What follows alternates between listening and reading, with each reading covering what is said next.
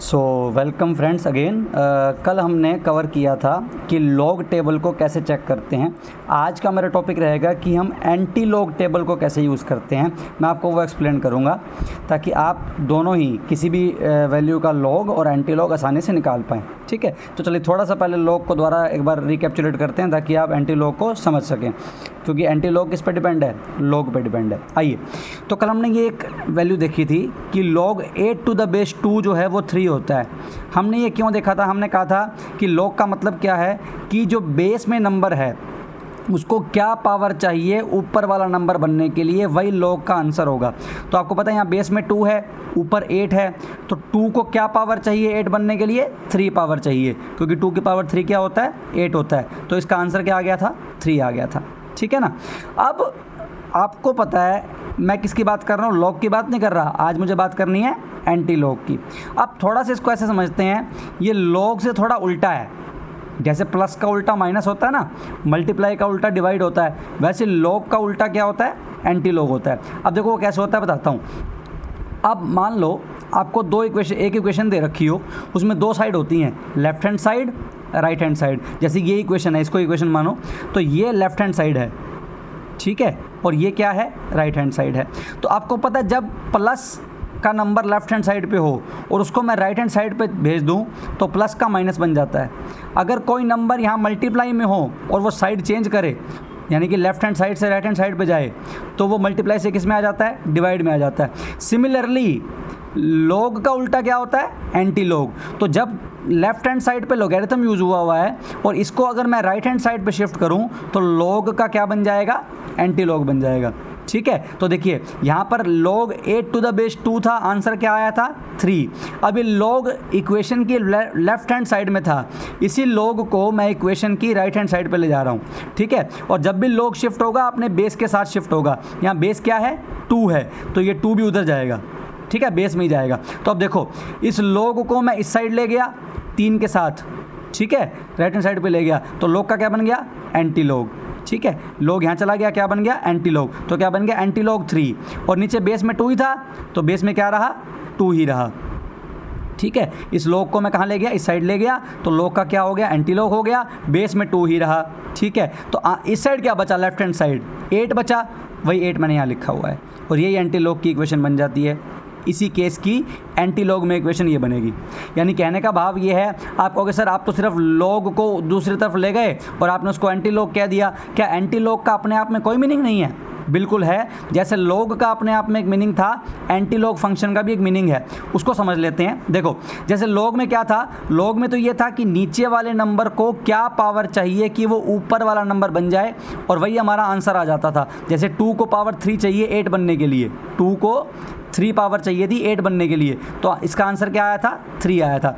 तो anti log का मतलब क्या है? एंटी लॉग का सिंपल सा मतलब ये है कि जो नंबर बेस में है, यानी कि जो नीचे वाला नंबर है, इसको अगर मैं ऊपर वाले नंबर की पावर दे दूं, यानी इसकी पावर में अगर ऊपर वाला नंबर लगा दूं, तो जो आंसर आएगा वही मेरा एंटी लॉग का आंसर होगा। यानी सिंपली जिस भी नंबर का मैं एंटी लॉग निकाल रहा हूँ, जैसे मान लो यहाँ मैं 3 का एंटी लॉग निकाल रहा हूँ और बेस में क्या है? 2 है, तो इस 3 को मैं 2 की पावर में रख दूंगा, 3 को 2 की पावर में रख दूंगा। तो जब मैं 3 को 2 की पावर में रखूंगा तो आंसर क्या आएगा?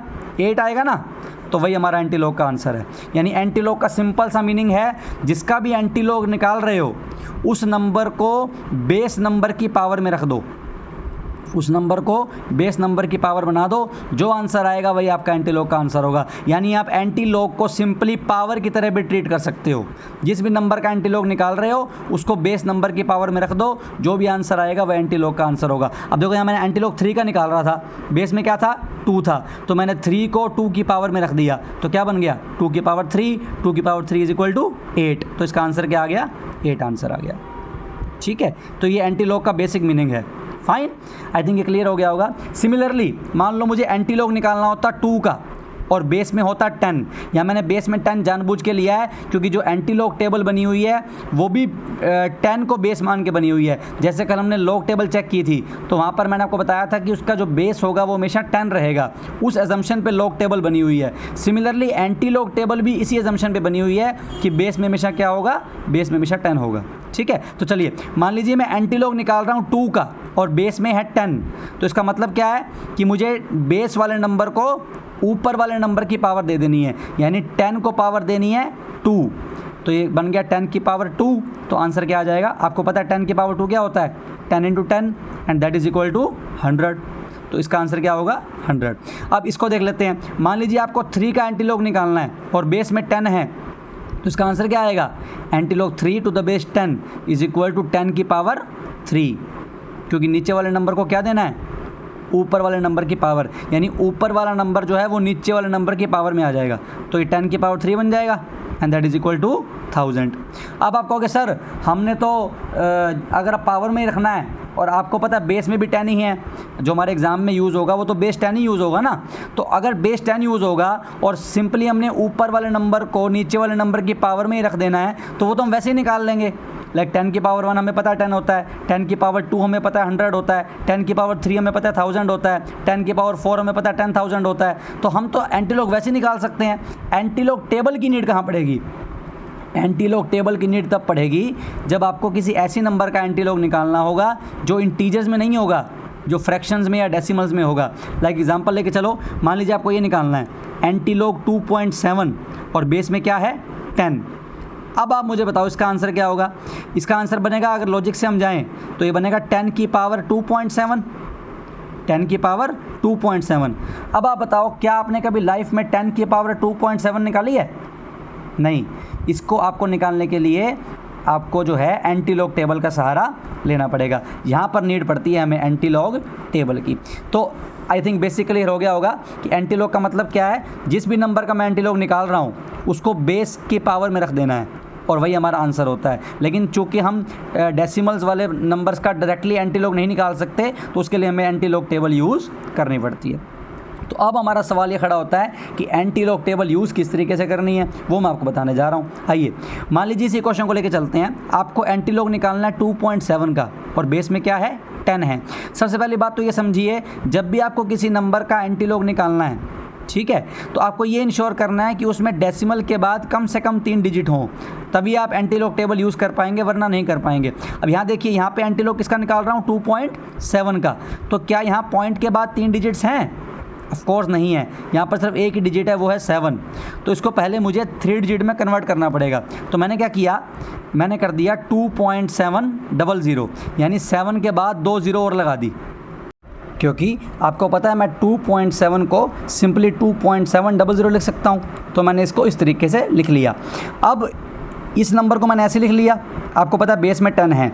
अब इसका एंटी लॉग आपको निकालना है, तो आप कैसे निकालोगे, तो इसके लिए सिंपली आप एंटी लॉग टेबल यूज़ कर सकते हो। याद रखिएगा, एंटी लॉग टेबल हम तभी यूज़ कर सकते हैं जब बेस में 10 हो, और अगर क्वेश्चन में कुछ नहीं कह रखा तो बेस 10 ही एज्यूम्ड होता है, ठीक है ना। तो मैं ये मान के चल रहा हूँ कि क्वेश्चन में बेस हमेशा क्या है 10 है। चलिए, तो एंटी लॉग निकाल रहा हूँ 2.700 का। तो आपको करना क्या है, इसका एंटी लॉग निकालने के लिए सबसे पहले आपको देखना है पॉइंट या डेसिमल के बाद क्या है, पॉइंट या डेसिमल के बाद क्या है। अब यहाँ पॉइंट के बाद क्या है 700, ठीक है। तो इसमें से आपको जो पहले 2 डिजिट्स हैं, यानी कि 7 और 0, ये उठा लेने हैं, ये उठा लेने हैं और इसको एंटी लॉग टेबल में फर्स्ट कॉलम में चेक करना है कि ये कहाँ पर है। तो आइए एंटी लॉग टेबल देखते हैं। ये रही हमारी, देखिए ये एंटी लॉग टेबल है पूरी, यहाँ से शुरू हो रही है और ये पूरी एंटी लॉग टेबल बनी हुई है, ठीक है। चलिए सबसे पहले हम देखते हैं हमारा डेसिमल के बाद क्या था, डेसिमल के बाद था 0.70। तो इस टेबल में देखो 0.70 कहाँ है, ये रहा 0.70, आप देख पा रहे होंगे, ठीक है। अब ये तो हमें मिल गया, ये तो हमारे पहले 2 डिजिट हो गए, लेकिन अभी तीसरा डिजिट भी था 0.70 के बाद एक डिजिट और भी है, क्या है 0। अब इसका क्या करना है जी, आपने जो पहले 2 डिजिट्स देखे थे 0.70, इसकी वैल्यू चेक करनी है फर्स्ट कॉलम में। इसके सामने क्या है, थर्ड डिजिट के सामने, यानी आपने जो ये 0.70 देखा था, ये 0.70, इसकी वैल्यू चेक करनी है 0 पे क्या है, क्योंकि हमारा थर्ड डिजिट क्या है 0 है। तो 0.70 की वैल्यू इस टेबल में 0 पे क्या है, देखिए 0 ये रहा, मिल गया ना। तो 0.70 की वैल्यू चेक करनी है किस पे, 0 पे, 0.70 और ऊपर क्या है 0। तो उसके सामने जो वैल्यू है उस कॉलम में, क्या वैल्यू है उस सेल में, 5012, उस वैल्यू को आपको एज इट इज़ उठा लेना है और आपने लिख लेना है, इसको नोट कर लेना है। तो ये आपने नोट किया, ये मैंने नोट कर लिया, 5012, 5012, ठीक है। अब यहाँ पर काम समाप्त नहीं होता, यहाँ पर हमें ये तो हमें जो वैल्यू मिली है टेबल से मिली है, इसमें हमें ये डिसाइड करना बाकी है कि इसमें पॉइंट कहाँ लगाना है, ठीक है। अब इसमें पॉइंट भी लगेगा, लेकिन वो पॉइंट कहाँ लगेगा वो डिसाइड करना बाकी है। देखिए उसके लिए आपको क्या करना है, उसके लिए सिर्फ सिंपल सी चीज़ है, आपको ये चेक करना है जिस नंबर का आप एंटीलॉग निकाल रहे हो उस मेन नंबर में डेसिमल से पहले कौन सा डिजिट है। देखो मैं एंटीलॉग किसका निकाल रहा हूँ, 2.700 का, तो इसमें डेसिमल से पहले कौन सा डिजिट है, 2। तो जो भी डिजिट हो उसमें 1 प्लस कर दो। तो यहाँ पर 2 है तो 2 में 1 प्लस करूँगा तो कितना होगा, 3 होगा। तो यहाँ पर आप 3 प्लेसेस के बाद पॉइंट लगा सकते हो, यानी कि अब डिजिट कौन से थे, 5012, इसमें 3 गिनने शुरू करो, 1 2 3, तो यहाँ पर आपका पॉइंट लगेगा 501.2 और यही आपका आंसर होगा एंटीलॉग का, ठीक है। सिमिलरली एक एग्जांपल और ले लो, क्लियर हो जाएगी बात आपको। सपोज आपको एंटीलॉग निकालना होता है इसका 1.700 और बेस में क्या है 10 है, इसका कैसे निकालोगे, देखो सिंपल, पॉइंट के बाद क्या है 70, टेबल में क्या था 70, ठीक है। थर्ड डिजिट क्या है, थर्ड डिजिट है 0, तो इसका मतलब मुझे 0.70 की वैल्यू चेक करनी है 0 पे। हालांकि मैंने अभी पहले की थी पिछले एग्जांपल में, फिर दिखा रहा हूँ, 0.70 की चेक करनी है किस पे, 0 पे। तो अगेन डिजिट्स तो वहीं आएंगे 5012, तो मैंने डिजिट्स नोट कर लिए 5012। अब इसमें पॉइंट लगाना बाकी है, पॉइंट कहाँ लगाऊंगा, पॉइंट लगाने के लिए मैंने कहा था आपको ये देखना है डेसिमल से पहले क्या है, डेसिमल से पहले यहाँ पे 1 है, तो जो भी हो उसमें 1 ऐड कर दीजिए। 1 डेसिमल से पहले 1 है, जो भी डिजिट है उसमें 1 ऐड करना है, तो 1 में 1 ऐड करूँगा तो क्या होगा 2 होगा। इसका मतलब जो पॉइंट लगेगा वो 2 डिजिट्स के बाद लगेगा। तो यहाँ पर जो 5012 है इसमें 2 डिजिट्स कर लो, 1 2, इसके बाद यहाँ पॉइंट लगेगा ये 50.12। सिमिलरली मान लीजिए आपको निकालना होता है एंटीलॉग 3.700, तो यहाँ पर भी देखिए पॉइंट के बाद तो सेम ही है 0.700, तो टेबल से तो सेम ही वैल्यू आएगी 5012, लेकिन इसमें चेंज कहाँ होगा, चेंज ये होगा कि इसमें डेसिमल से पहले 3 है, डेसिमल से पहले 3 है, तो जो पॉइंट लगेगा वो 3 + 1 4 डिजिट्स के बाद लगेगा। कितने डिजिट्स के बाद, 4 डिजिट्स के बाद। तो टेबल से वैल्यू आई थी 5012, ठीक है, इसमें 4 डिजिट्स के बाद पॉइंट लगाना है। आप कहोगे सर आप मजाक कर रहे हो, यहाँ पर तो डिजिट्स ही 4 हैं, तो इसका मतलब हम लास्ट डिजिट के बाद पॉइंट लगाएं, उसका फ़ायदा ही क्या है। बिल्कुल सही बात है, लास्ट डिजिट के बाद पॉइंट लगाने का कोई फ़ायदा नहीं है। तो इसको आप ऐसे लिख सकते हो 5012.0, ठीक है, क्योंकि पॉइंट लगाना है 4 के बाद, क्योंकि डेसिमल से पहले 3 था, 3 + 1 4, तो पॉइंट लगेगा 4 के बाद, 1 2 3 4, इसके बाद पॉइंट लगाओ। अगर इसके बाद कोई अक्षर टेबल से आपको नहीं मिला तो 0.0 कर दो, और आपको पता है इसकी वैल्यू, यही आपका आंसर होगा। और इसको हम ऐसे भी लिख सकते हैं 5012। सिमिलरली अगर आपको एंटीलॉग निकालना है 4.700 का, मान लीजिए आपको निकालना है 4.700 का, ठीक है, तो उस केस में भी देखिए पॉइंट के बाद तो मैंने सेम डिजिट ले रखे हैं 0.700, तो जब आप टेबल से चेक करोगे तो वही 4 अक्षर आपको मिलेंगे 5012, ठीक है, 5012। लेकिन फ़र्क यह है यहाँ पे डेसिमल से पहले कितना है, डेसिमल से पहले यहाँ पे जो डिजिट है वो क्या है, वो है 4, क्या है 4 है। तो जो आपका पॉइंट लगेगा वो 5 डिजिट के बाद लगेगा, क्योंकि 4 तो पॉइंट से पहले है और उसमें 1 प्लस करते हैं तो कितना हो गया 5। तो इसका मतलब जो मैंने पॉइंट लगाना है यहाँ पर वो 5 अक्षरों के बाद लगाना है। तो पहले लेकिन हमें जो टेबल से मिले थे वो तो ये मिले थे 501 और 2। तो आप क्या करोगे, आपको कैसे, तो 4 डिजिट का नंबर है और मुझे पॉइंट भी 5वें के बाद लगाना है, तो 5वां डिजिट आपको ऐड करना पड़ेगा जो कि 0 होगा, ठीक है, यानी कि आपने एक 0 अपनी तरफ से लगानी है। तो इसका आंसर हो जाएगा 50120, ठीक है। सिमिलरली एक एग्जांपल और ले लो, मान लो यहाँ लिख लेता हूँ, मान लो आपको, एक सेकेंड, ये क्लियर ऐसे नहीं आएगा, ऐसे क्लियर आएगा जी। मान लीजिए आपको एंटीलॉग निकालना होता 5.700 का, 5.700 और बेस में होता 10, तो क्या आंसर आता, तो भी डिजिट्स तो वही आते जो टेबल से मुझे मिलते 501 और 2। लेकिन इसमें आप देखो डेसिमल से पहले क्या यूज़ हुआ है, डिजिट कौन सा यूज़ हुआ है, 5।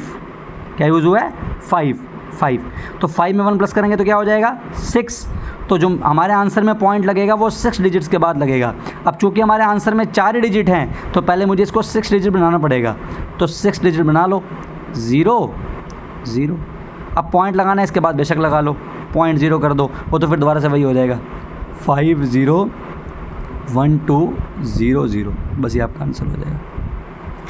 ठीक है, तो इस तरीके से इसको आपको हैंडल करना है। अब आपने ये देख लिया कि एंटी लॉग को हम कैसे चेक करते हैं टेबल से, कि जो पॉइंट के बाद के 2 डिजिट्स हैं उसको फर्स्ट कॉलम में ट्रेस कर लो और जो थर्ड डिजिट है उस पर वैल्यू चेक कर लो। ठीक है, जो डिजिट्स आएंगे उसको नोट कर लो। फिर आपको पॉइंट कहाँ लगाना है वो डिसाइड होगा इसके हिसाब से कि डेसिमल से पहले कौन सा डिजिट था क्वेश्चन में। डेसिमल से पहले जो भी डिजिट था उसमें 1 ऐड कर दो, जो आंसर आएगा उतने डिजिट्स के बाद पॉइंट लगा दो। ठीक है, सिंपली ये आपकी अप्रोच रहती है। अच्छा, अगर एंटी लॉग ये निकालना होता तो 0.700 और बेस में 10 होता, फिर क्या करते, तो भी वही काम करते, टेबल चेक करते, जो पॉइंट के बाद डिजिट्स हैं वो कौन से हैं, ये वाले हैं, तो 0.70 की वैल्यू चेक करता 0 पे, अगेन वही डिजिट्स आते 5 0 1 और 2, 5 0 1 और 2 आते। लेकिन पॉइंट कहाँ लगेगा सवाल ये है। तो यहाँ पर देखो डेसिमल से पहले कौन सा डिजिट है, 0 में क्या ऐड करोगे, 1, तो क्या बन गया 1। तो जो पॉइंट लगेगा वो एक डिजिट के बाद लगेगा। तो यहाँ पर पहला डिजिट कौन सा है, 5, इसके बाद लग जाएगा पॉइंट, तो आपका आंसर आ जाएगा 5.012। ठीक है। अच्छा, अब एक केस मुझे और कवर करना है। मान लीजिए आपको एंटी लॉग निकालना है 2.7133 का और बेस में है 10। आप कहोगे सर इस केस में क्या अलग है।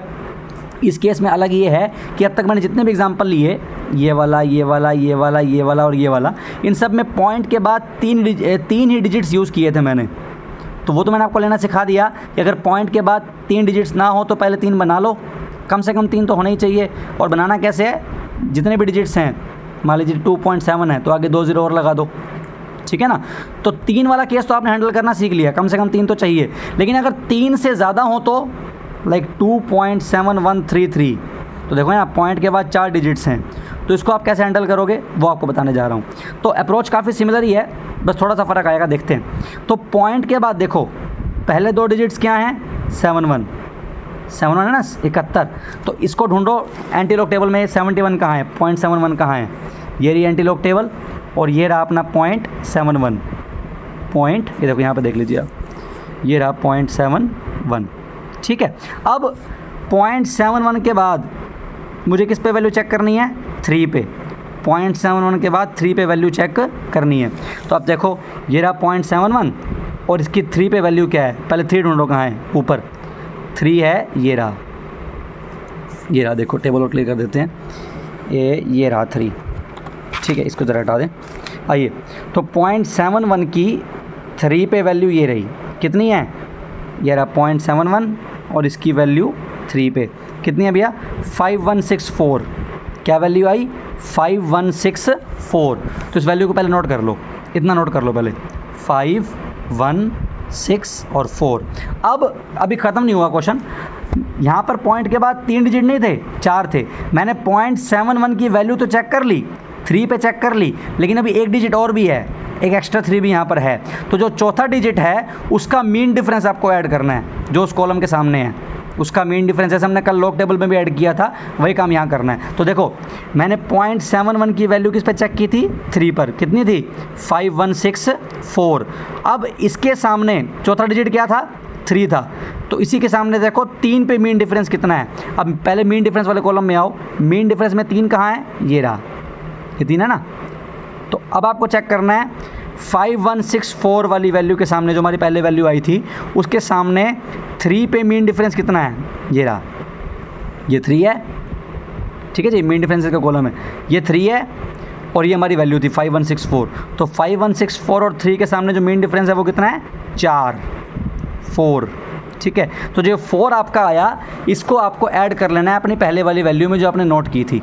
तो इस 4 को इसमें आप सिंपली ऐड कर दोगे, क्या बन जाएगा, 5 1 6 और 8। तो ये डिजिट आपने नोट करने हैं।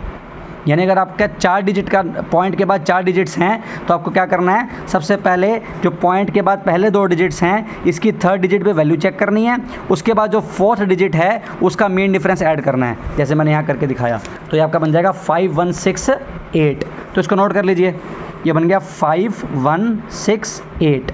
अभी भी क्वेश्चन ख़त्म नहीं हुआ क्योंकि पॉइंट कहाँ लगाना है ये डिसाइड करना बाकी है। तो अब आप देखो, ये तो जैसे हमने पहले किया वैसे ही करेंगे। आपको चेक करना है डेसिमल से पहले कौन सा डिजिट है अपने पास। देखिए डेसिमल से पहले अपने पास क्या है, 2 है ना। डेसिमल से पहले 2 है तो 2 में क्या ऐड कर देंगे, 1 ऐड कर देंगे जो हमने पहले किया था। तो 2 + 1 कितना हो गया, 3 हो गया। तो जो पॉइंट लगेगा वो 3 डिजिट के बाद लगेगा। तो जो ये डिजिट जो हमने ये वैल्यू नोट की थी इसमें 3 डिजिट के बाद पॉइंट लगा दो, 1 2 3, तो यहाँ पॉइंट लग जाएगा। आंसर आ जाएगा 516.8। सिंपल, ठीक है। एक लास्ट केस और कवर करना है। मान लीजिए आपको किसी नेगेटिव नंबर का एंटीलॉग लेना पड़े, जैसे मान लीजिए एंटीलॉग लेना है -2 का, तो क्या करोगे। अब ये चीज़ आपको आसानी से समझ में आएगी, आप इसके बेसिक पे चलो। एंटीलॉग का मतलब क्या था कि नीचे वाला जो नंबर है, जो बेस में नंबर है, इसको अगर मैं ऊपर वाले नंबर की पावर दे दूं, यानी ऊपर वाले नंबर को नीचे वाले नंबर की पावर में रख दूं, तो जो आंसर आएगा वही मेरा एंटीलॉग का आंसर होगा। इसका मतलब यहाँ पर ऊपर तो -2 है और बेस में क्या है, 10 है। इसका मतलब मुझे -2 को 10 की पावर में रखना है, जो भी आंसर होगा वही मेरा एंटीलॉग का आंसर हो जाएगा। तो मैंने रख दिया 10 की पावर में क्या रख दिया, -2 रख दिया। अब आपको पता है 10 की पावर -2 क्या होता है। 10 की किसी भी नंबर की अगर नेगेटिव पावर है तो हम कर देते हैं 1/, उसी नंबर की पॉजिटिव पावर। यानी कि मान लीजिए 10 की पावर -2 है तो इसको हम लिख सकते हैं 1/10 की पावर 2। ठीक है, ये तो आपने बेसिक रूल पढ़ा होगा अपनी 7th 8th क्लास में एक्सपोनेंशियल्स में, कि जब किसी नंबर की पावर नेगेटिव होती है तो हम उसका रेसिप्रोकल लिख के पावर को पॉजिटिव बना सकते हैं। तो 10 की पावर -2 है तो मैं लिख सकता हूँ 1/10 की power 2, that is 1/100 and that is 0.01। अब इससे मतलब क्या हुआ, देखो इसका सिंपल सा मतलब है कि किसी भी नेगेटिव नंबर का अगर आपको एंटीलॉग चेक करना है, यानी एंटीलॉग -x आप चेक कर रहे हो और बेस में मान लीजिए 10 ही है, तो उसका जो आंसर आएगा वो आएगा 1/, एंटीलॉग x जो माइनस का था वो प्लस हो जाएगा और नीचे क्या बन जाएगा 10। देखो जैसे यहाँ पर बना था एंटीलॉग -2 चेक किया था, बेस में क्या था 10 था, तो अल्टीमेटली वो क्या बन गया, अल्टीमेटली वो बन गया 10 की पावर -2 यानी कि 1/10 की पावर 2। और आपको पता है मैं 10 की पावर 2 को ऐसे भी तो लिख सकता हूँ, antilog of 2 to the base 10। ठीक है ना, 10 की पावर 2 को लिख सकते हैं ना, एंटीलॉग 2 टू द बेस 10, क्योंकि एंटीलॉग 2 टू द बेस 10 का मतलब क्या होता है 10 की पावर 2। ठीक है ना, इसको अगर आप लिखते, मान लो इस वैल्यू को हम सॉल्व करते तो क्या लिखते, इसको हम 10 की पावर 2 ही तो लिखते, तो 10 की पावर 2 को मैं ये भी तो लिख सकता हूँ। तो बस ठीक है, इसका मतलब ये बन जाएगा 1/, इसकी जगह लिख रहा हूँ एंटीलॉग 2 टू द बेस 10, तो ये बन जाएगा 1/, एंटीलॉग 2 बेस में 10। अब देखो शुरू में क्या था, एंटीलॉग -2 का निकालना था, बेस में 10 था, और एंड में क्या बन गया 1/, एंटीलॉग +2 बेस में 10। तो अगर 2 की जगह x होता तो ये निकालना होता antilog -x to the base 10, तो ये बन जाता 1/, antilog x to the base 10। और वही मैंने यहाँ लिखा है, यानी शॉर्ट किसी भी नंबर का अगर आपको एंटीलॉग निकालना है और वो नंबर नेगेटिव है तो आप क्या करो 1/, एंटीलॉग करके उस नंबर का पॉजिटिव आप यूज़ कर सकते हो। मतलब इसको ले सकते हो एंटीलॉग -x बन जाएगा 1/, एंटीलॉग x, और एंटीलॉग x तो आपको निकालना आता ही है, पॉजिटिव नंबर का कैसे निकालना है वो आप निकाल सकते हो। जो भी वैल्यू आएगी उसको यहाँ पुट कर देना, 1/, कर देना, कैलकुलेटर से सॉल्व कर देना, आपका आंसर आ जाएगा। ठीक है, अब ऑलमोस्ट सारे केस मैंने कवर कर दिए, लेकिन मुझे एक बात और बतानी है। आप कहोगे सर आपने तो रटवा दिया कि डेसिमल से पहले जो भी डिजिट है उसमें 1 ऐड कर दो और जो नंबर आएगा उसके बाद पॉइंट लगा दो। सर रटने में मज़ा नहीं आया, इसका लॉजिक बता दो। तो लॉजिक भी सुन लो। देखो एग्जांपल लेके चलते हैं, मान लो मैंने इस नंबर का एंटीलॉग निकाला था 2.700 का, तो मेरे को कौन से डिजिट मिले थे टेबल से देखने पर 5012। मैंने आपको कहा था पॉइंट कैसे लगाओगे कि डेसिमल से पहले जो भी है, यहाँ पर 2 है उसमें 1 ऐड कर दोगे, क्या हो जाएगा 3 हो जाएगा। तो 3 जो आया तो यहाँ से गिनना शुरू करो, 1 2 3 और 3 डिजिट के बाद पॉइंट लगा दो। ये तो हो गया याद रखने का तरीका, लेकिन इसका लॉजिक क्या है, लॉजिक इसका ये है, देखो आपको पता है मैं क्या निकाल रहा हूँ, एंटीलॉग 2.7 टू द बेस 10। इसका मतलब क्या है, इसका मतलब मैं निकाल रहा हूँ सिंपली 10 की पावर 2.7। 10 की पावर 2.7। और आपको पता है 2.7 जो है वो कौन से दो इंटीजर्स के बीच में आता है, एक 2 के बीच में, एक 3 के बीच में, है ना। 2.7 कौन से दो इंटीजर के बीच में आएगा, 2 के बीच में और 3 के बीच में। इसका मतलब जो मेरा आंसर होगा वो आंसर 10 की पावर 2 और 10 की पावर 3 के बीच में होगा, ठीक है ना। 10 की पावर 2 और 10 की पावर 3 के बीच में होगा। अब आपको पता है 10 की पावर 2 क्या होती है, 100 होती है, और 10 की पावर 3 क्या होती है, 1000 होती है। इसका मतलब जो भी मेरा आंसर आना चाहिए वो 100 और 1000 के बीच में आना चाहिए, ठीक है। और डिजिट्स कौन से यूज़ करने हैं, डिजिट्स यूज़ करने हैं 5, 0, 1 और 2। तो आपको 5, 0, 1, 2 में एक ऐसी जगह पॉइंट लगाना है कि आंसर 100 और 1000 के बीच में आ जाए। तो लगाओ, अगर मैं 5 के बाद लगाऊंगा तो आंसर क्या आएगा, 5.012। क्या 5.012 100 और 1000 के बीच में है, नहीं है। अगर मैं 0 के बाद लगाता तो आंसर आता 50.12। तो क्या 50.12 100 और 1000 के बीच में है, नहीं है। अगर मैंने पॉइंट लगाया 1 के बाद तो आंसर आया 501.2। अब 501.2 जो है वो 100 और 1000 के बीच में आता है, इसलिए जो हमारा आंसर होगा वो होगा 501.2, ठीक है। तो इसको रटने की ज़रूरत नहीं है, आपको लॉजिक पता होना चाहिए। सपोज़ आप इसको भी निकाल रहे थे, मान लीजिए इसको ले लेते हैं, आपने लिया एंटीलॉग 1.7 टू द बेस 10, ठीक है। तो इसका मतलब मैं सिंपली निकाल रहा हूँ 10 की पावर 1.7। और आपको पता है 1.7 जो होता है वो कौन से दो इंटीजर के बीच में होता है, 1 और 2। इसका मतलब जिसका आंसर आएगा वो होगा 10 की पावर 1 और 10 की पावर 2 के बीच में, 10 की पावर 1 और 10 की पावर 2 के बीच में, क्योंकि 1.7 1 और 2 के बीच में लाई करता है। तो इसका मतलब जो 10 की पावर 1 है वो कितना होता है, 10 होता है। 10 की पावर 2 कितना होता है, 100 होता है। तो जो भी मेरा आंसर बनेगा वो 10 और 100 के बीच में होगा। अब 10 और 100 के बीच में आंसर चाहिए और डिजिट्स यूज़ कर सकता हूँ 5, 0, 1 और 2 जो मुझे टेबल से मिले थे। तो अब ऐसी जगह पॉइंट लगाना है इन 4 डिजिट्स में कि आंसर 10 और 100 के बीच में आ जाए। अगर मैं 5 के बाद लगाता तो क्या बनता, फिर ये बन जाता 5.012। तो क्या वो 10 और 100 के बीच में होता, नहीं होता। अगर मैं 0 के बाद पॉइंट लगाता हूँ तो आंसर बनेगा 50.12 और 50.12 10 और 100 के बीच में आता है, तो इसका आंसर 50.12 हो जाएगा। सिंपल। तो इसलिए हम इसको इस तरीके से हैंडल करते हैं। आई होप एंटीलॉग कैसे देखना है, कैसे चेक करना है, आपको सारा कुछ क्लियर हो गया होगा, ठीक है। कोई भी आपको डाउट हो तो प्लीज़ कमेंट सेक्शन में लिखें, वीडियो को लाइक करें, शेयर करें, सब्सक्राइब करें, और जो भी आपको डाउट्स हो प्लीज़ मेंशन करें, हम आपके साथ हैं। Thank you so much.